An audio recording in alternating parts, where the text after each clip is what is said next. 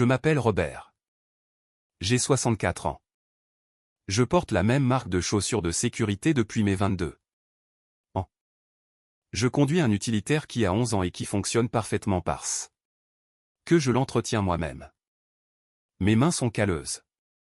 Mon dos porte le souvenir de 40 ans de travail physique. Je parle franchement. J'écoute attentivement, et je ne me suis jamais présenté de ma vie en disant à quelqu'un ce que je possédais. Ce soir-là, c'était le dîner de remise de diplôme de mon fils, Julien. Il venait de terminer son master en administration des entreprises à l'IAE de Lyon, 5 ans de cours du soir tout en travaillant à plein temps, ce que je considérais comme un accomplissement plus grand que s'il avait simplement étudié à plein temps avec l'argent de quelqu'un d'autre. Nous fêtions cela dans un restaurant que sa petite amie avait choisi. Elle s'appelait Léa. Je l'avais rencontrée 4 fois. Je veux être juste envers Léa. Elle était intelligente. Elle s'habillait bien. Elle venait d'une famille de Neuilly-sur-Seine qui avait de l'argent, ou du moins qui se présentait comme telle. Elle parlait avec la précision soignée de quelqu'un qui avait été coaché depuis l'enfance pour sonner d'une certaine manière dans certains cercles. Rien de tout cela n'est un défaut. J'ai connu des gens excellents issus de familles riches, et j'ai connu des gens difficiles issus de familles pauvres. Je ne juge pas les gens par leur point de départ, mais j'avais observé Léa m'observer lors de ces 4 rencontres. La façon dont elle regardait mes chaussures. La façon dont ses yeux parcouraient ma camionnette quand je m'étais garé devant le restaurant là. Première fois. La façon dont elle m'avait demandé une fois, avec un sourire presque convaincant, ce que j'avais fait avant de prendre ma retraite. Le bâtiment, avais-je répondu. Ah, avait-elle dit. Cette seule syllabe portait tout un paragraphe d'opinion. Son père, Gérard, était associé principal dans un cabinet d'avocats d'affaires à Paris. C'était le genre d'homme qui mentionnait son cabinet dans les 3 premières minutes de n'importe quelle conversation. Qui portait une montre coûtant plus cher que la plupart des voitures, et qui riait de choses qui n'étaient pas drôles quand les bonnes personnes étaient dans la pièce. On m'avait présenté à lui 6 semaines plus tôt lors d'un brunch que la mère de Léa avait organisé. Il m'avait serré la main brièvement, avait regardé légèrement au-dessus de mon épaule, et avait passé le reste du brunch à parler à Julien de trajectoire de carrière et de la valeur des bons réseaux professionnels. Il ne m'avait pas posé une seule question. C'était bien ainsi. J'y étais habitué. Des hommes comme Gérard avaient sous-estimé des hommes comme moi toute ma vie. Cela ne m'avait jamais ralenti. Le dîner de remise de diplôme avait lieu dans une brasserie chic du 6e arrondissement de Lyon. Une salle privée à l'arrière.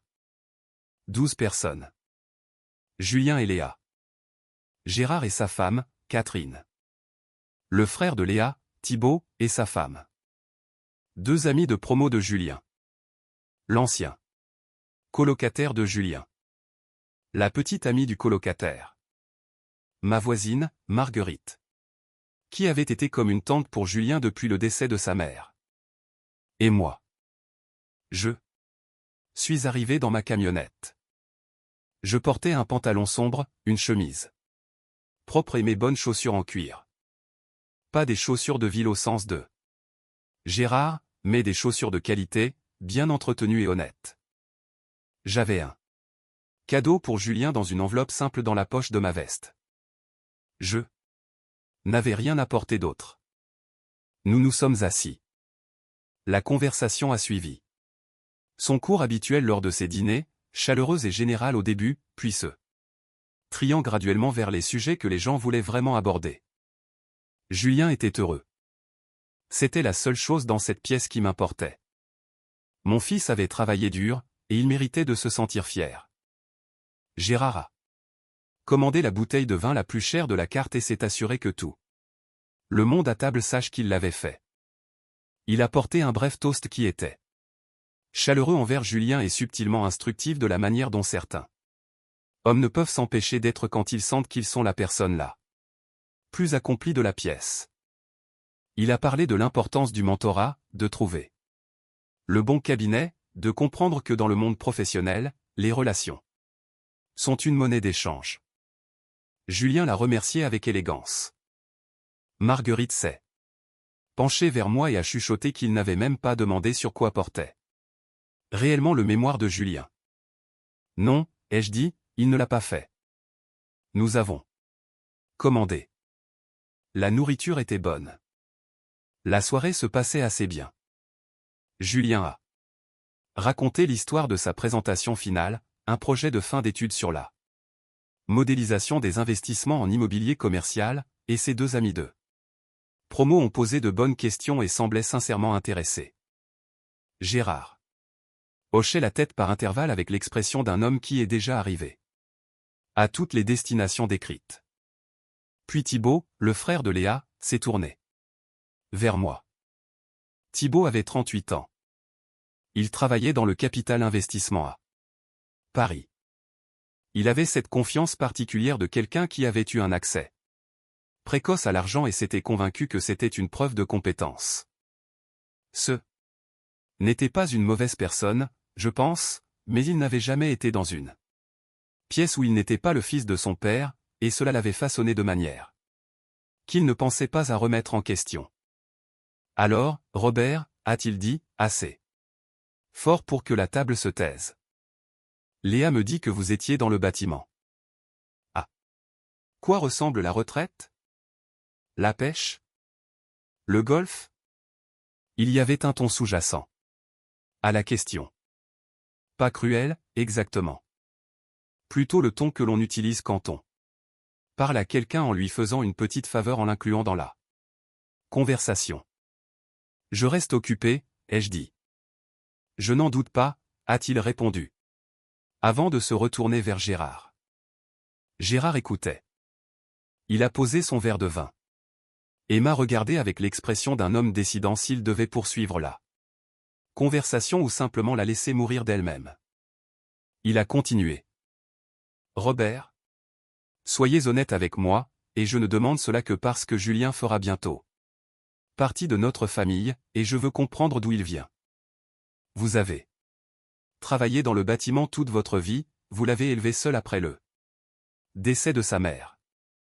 C'est admirable, sincèrement. Mais Julien a un réel potentiel, et le monde dans lequel il entre maintenant, le monde où vit Léa, où nous vivons, fonctionne selon un ensemble de règles différentes, des connexions différentes, des attentes différentes. Il s'est interrompu. Je veux juste m'assurer qu'il aura les bons conseils pour la suite, de la part de personnes qui comprennent ce monde. La table était silencieuse. L'expression de Julien avait changé. Il regardait Gérard avec quelque chose de prudent et de contrôlé sur le visage. J'ai pris mon verre d'eau. J'ai bu une gorgée lentement. Je l'ai reposé. Gérard, ai-je dit, j'apprécie votre intérêt pour mon fils. Je l'ai dit. Simplement, sans animosité. Puis je me suis tourné vers l'ami de Julien, Marc. Et je lui ai posé une question sur le sujet de son mémoire. La conversation a repris, mais Gérard n'en avait pas fini. Plus tard dans le repas, après les plats, avant le dessert, il s'est penché en arrière dans sa chaise avec son verre de vin et a dit, presque à la cantonade, savez-vous quelle est la différence entre les hommes qui construisent des choses et les hommes qui possèdent des choses? Les hommes qui possèdent comprennent l'effet de levier.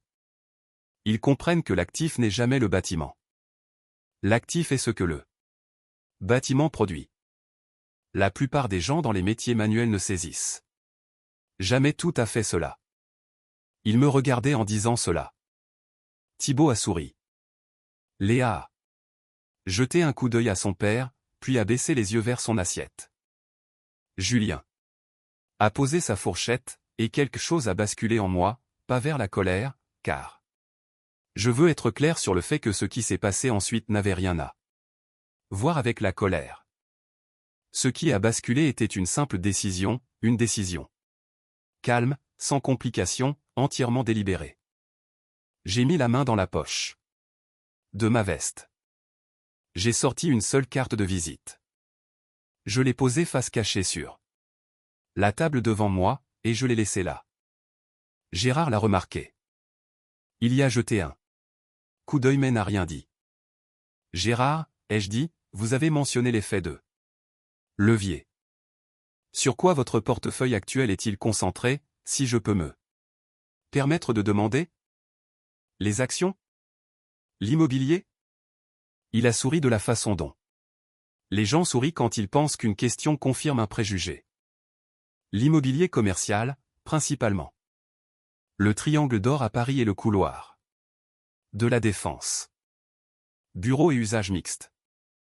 Nous avons 2 immeubles à Boulogne et une position significative dans un développement qui sort de terre à Saint-Denis.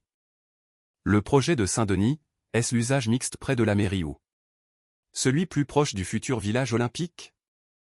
Il a marqué une pause. Près du village olympique. Pourquoi? Vous connaissez le secteur? Je connais le secteur, ai-je dit. Quelle est l'équipe de développement sur ce projet? Qui porte la dette de construction? Thibault a froncé les sourcils. Gérard a posé son verre de vin. C'est un partenariat avec un promoteur régional, a dit Gérard. Le groupe Méridien. Pourquoi demandez-vous? J'ai hoché la tête lentement. Les projections de taux de rendement sur le secteur de Saint-Denis se sont compressées. Beaucoup de ces produits mixtes qui semblaient rentables à 5% il y a 2 ans sont une toute autre histoire avec les coûts de financement d'aujourd'hui. Quelle est la base de calcul? Il y a eu un silence. Gérard me fixait. Comment connaissez-vous la compression des taux sur ce sous-marché? Ah, demandait Thibault.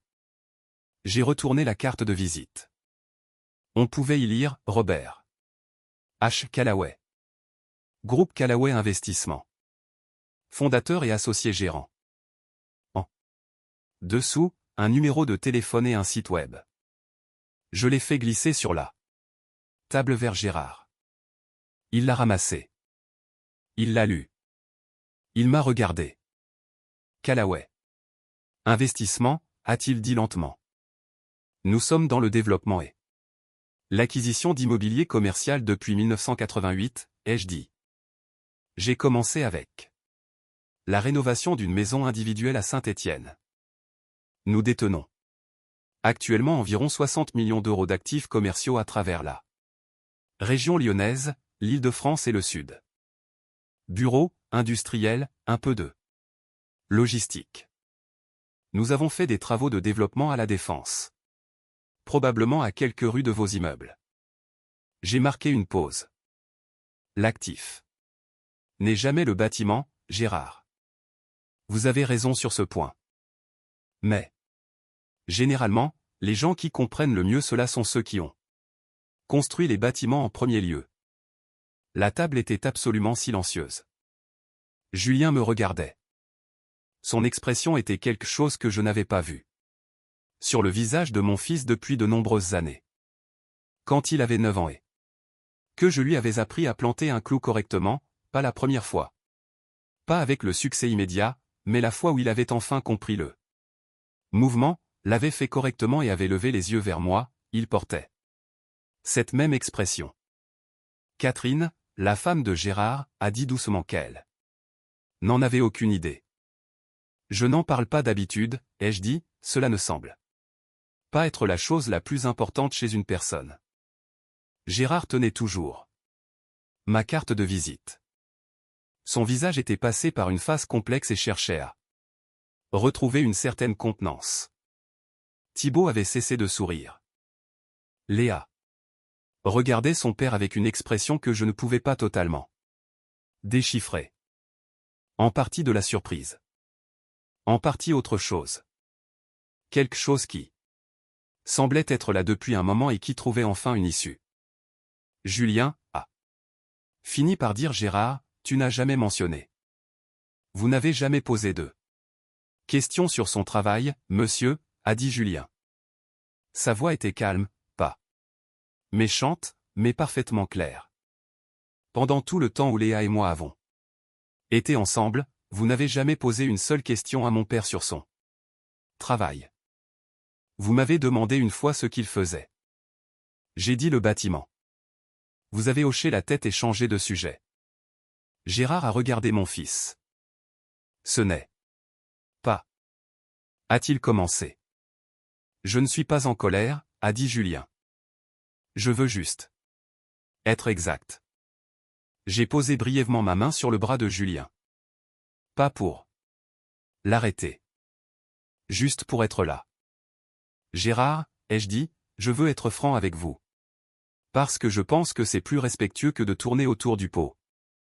Vous avez fait des suppositions ce soir que j'ai entendues à mon sujet toute ma vie. Des hommes en costumes élégants m'ont ignoré, m'ont contourné et ont parlé par-dessus moi depuis que j'ai 30 ans et que je déposais des permis de construire à la mairie. Avant, cela me blessait. Maintenant, je trouve que c'est surtout une information utile. Gérard a de nouveau regardé la carte de visite. 60 millions d'actifs, a-t-il dit. Plus proche de 68 maintenant, selon la façon dont on évalue le portefeuille industriel. L'un des immeubles dans lesquels votre cabinet loue des bureaux, le complexe de la Tour Méridien à la Défense, était un développement de Callaway Investissement. Nous l'avons vendu en 2019. Votre cabinet est dans cet immeuble depuis 11 ans. J'ai marqué une pause. Je ne dis pas cela pour vous embarrasser. Je le dis parce que je pense que c'est une illustration utile du point que vous souleviez sur l'effet de levier. Thibault a émis un son qui n'était pas tout à fait un mot. Gérard a posé la carte de visite sur la nappe. Il est resté silencieux pendant un long moment. Catherine s'est penchée et a touché son bras. Robert, a enfin dit Gérard, et sa voix avait changé, pas théâtrale, pas humble de manière démonstrative, juste plus basse. Je vous dois des excuses. Vous ne me devez rien, ai-je dit. J'ai eu une très belle vie, Gérard. J'ai élevé un fils dont je suis sincèrement pro. Et je l'ai fait honnêtement. Et je n'ai jamais eu besoin de l'opinion de qui que ce soit sur mes chaussures pour me sentir bien là où je me tiens. Mais je suis le père de Julien. Et cela m'importe plus que tout le reste à cette table. Alors, ce que j'espère que vous retiendrez de ce soir, c'est que quand Julien viendra vers vous à l'avenir en tant que collègue, en tant que gendre, en tant que professionnel, vous saurez qu'il vient de quelque chose de solide. Gérard a hoché la tête lentement. Le dessert est arrivé. La conversation a repris. Prudente au début, puis graduellement plus chaleureuse. À la fin de la soirée, Gérard m'a serré la main. Il l'a vraiment serré cette fois, avec les deux mains, et l'a tenu un instant de plus que nécessaire. Thibault m'a posé 3 questions spécifiques sur l'immobilier industriel et a écouté attentivement les réponses. Léa a serré Julien dans ses bras plus longtemps que d'habitude quand nous mettions nos manteaux. Dehors, sur le parking, Julien m'a accompagné jusqu'à ma camionnette. Nous sommes restés là 1 minute sans parler, ce que nous avons toujours été capables de faire. Tu savais depuis le début, a-t-il dit. J'avais une idée de la direction que ça prenait, ai-je répondu. Pourquoi n'as-tu rien dit plus tôt? J'y ai réfléchi. Parce que plus tôt, cela n'aurait pas eu autant d'importance. Certaines leçons ont besoin de parcourir toute la distance pour bien atterrir. Il est resté silencieux un instant. J'aurais dû dire quelque chose plus tôt sur qui tu es, sur ce que tu as construit. Tu n'aurais pas dû avoir besoin de le faire, ai-je dit. C'est ça, la leçon. Il m'a regardé. Papa, tu as construit 68 millions d'euros d'actifs en 40 ans et tu entretiens toujours ta propre camionnette. Elle roule très bien, ai-je dit. Il a ri, un vrai rire, le genre qui vient de loin, et il m'a serré dans ses bras. Comme il le faisait quand il était assez petit pour que ses bras ne fassent pas tout le tour. Je suis rentré chez moi. Le chêne dans le jardin de devant était sombre contre le ciel du soir. Je me suis fait une tasse de café et je me suis assis sur le porche en écoutant le quartier s'installer dans le calme. J'ai pensé à ce que Gérard avait dit. L'actif n'est jamais le bâtiment. Il avait raison sur ce point. Je l'ai cru toute ma carrière, bien que j'y sois arrivé par le chemin opposé, non pas par la théorie financière, mais par la réalité physique de se tenir sur un terrain vide et de comprendre que tout ce qui est visible et rentable qui occuperait éventuellement cet espace allait d'abord exister dans l'esprit, les mains et la volonté des gens qui le construiraient. J'ai pensé à Julien. À son mémoire sur la modélisation des investissements que son futur beau-père ne lui avait jamais demandé de détailler. À ses 5 ans de cours du soir et au fait que quand Julien a finalement traversé cette estrade, les connaissances qu'il portait étaient réelles et méritées, et personne ne pouvait venir contester son rendement ou ajuster les conditions du marché. 3 jours plus tard, Gérard m'a appelé.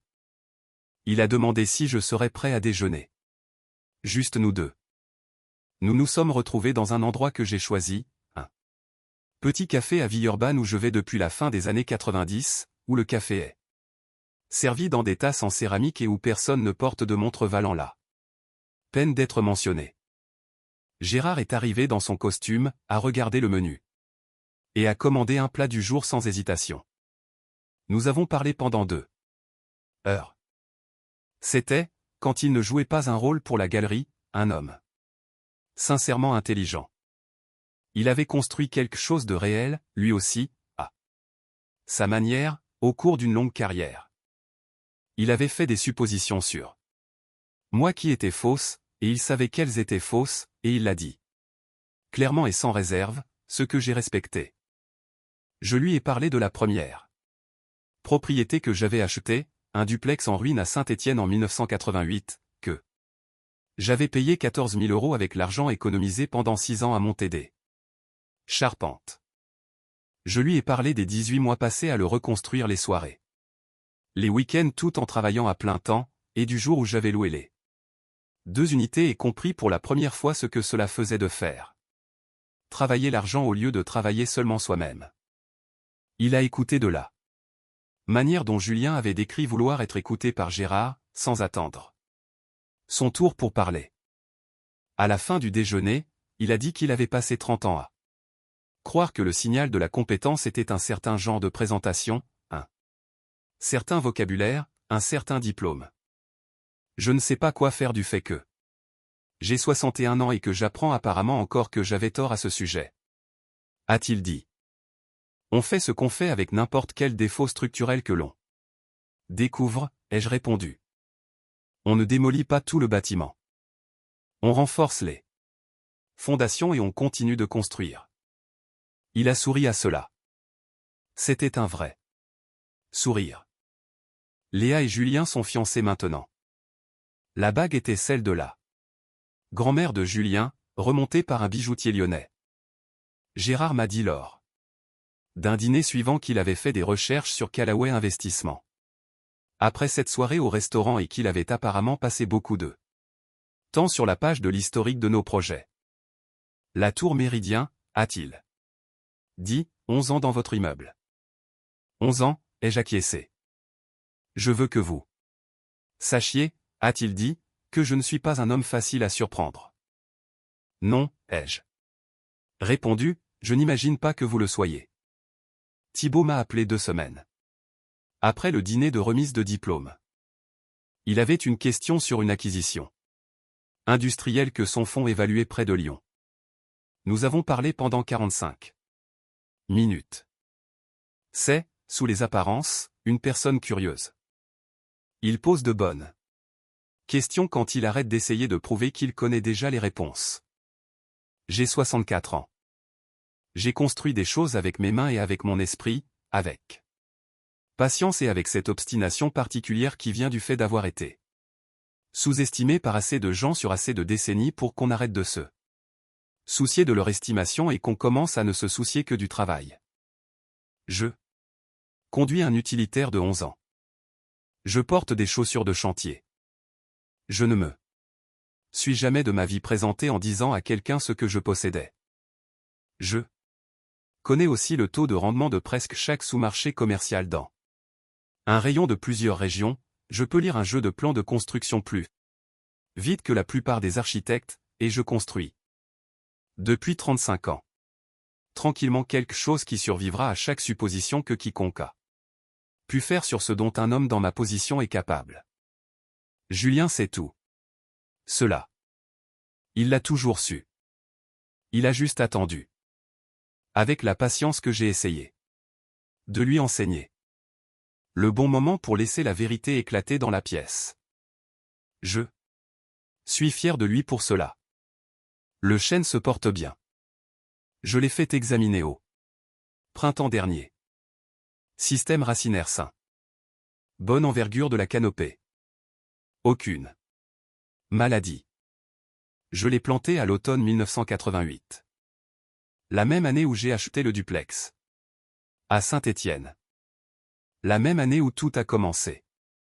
Certaines choses, si on les plante correctement et qu'on leur donne du temps, deviennent quelque chose de substantiel sans que personne n'ait besoin de faire une annonce.